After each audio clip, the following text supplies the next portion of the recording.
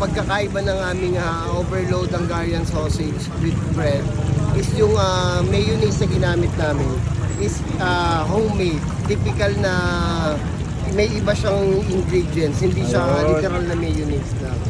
Hello, Madam Chris. Grabe, bago na naman yung tinda mo, Madam, Good afternoon, yes. Meron tayong hotdog, no? Na may tinapay, yan. Hungarian sausage. Ayun, Hungarian sausage. Magkano naman isang order niya, Madam? Yung ganyan namin is 60 pesos sa overload niya sa cheese. Pero yung mga tinda mo, yung pa rin, meron ka pa rin kaldareta. Ayan, lechon. Sige nga, Madam, pa-order nga ako. Gano'n mo nakatagal tong binebenta, Madam? Magwa 1 week pa lang. Ah, 1 week pa lang. Magwa-holy week. So, Grabe, Madam, talagang walang tigil yung ano mo, ha? Lagi kang may bago, ha? Para mas masarap, diba? At mas marami tangkilikin sa ating business. And then,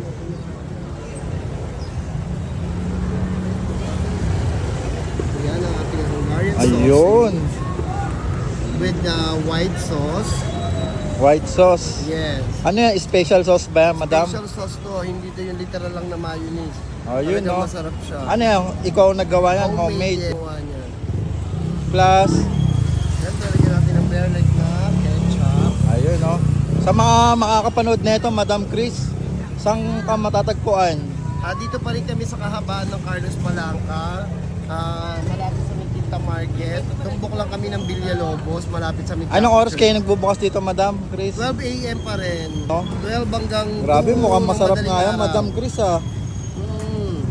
Yan, overload siya sa cheese. Overload. Tapos magkano lang? Magkano, 60 Madam? pesos. 60 pesos, ang Yes. mura, ah. Talagang ganyan ba yung bigayan niya, Ganyan Madam? ang bigayan po niya. Hindi porket vlogger? Yes, kaya walang vlogger. Madam Chris, ano pinagkaiba nito sa iba? Ang pagkakaiba ng aming overload Hungarian sausage with bread is yung mayonnaise na ginamit namin is homemade. Typical na may iba siyang ingredients, hindi siya Ayun. literal na mayonnaise na.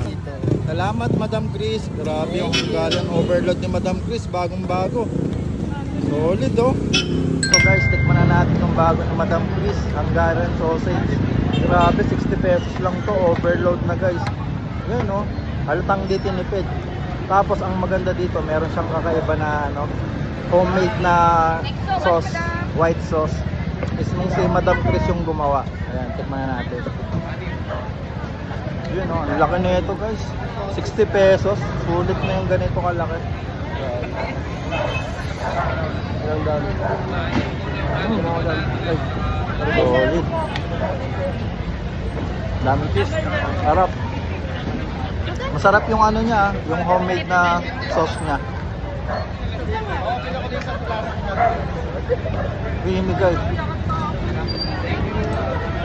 Ang laki na ito guys, sulit na sa 60 pesos, oh. Quality.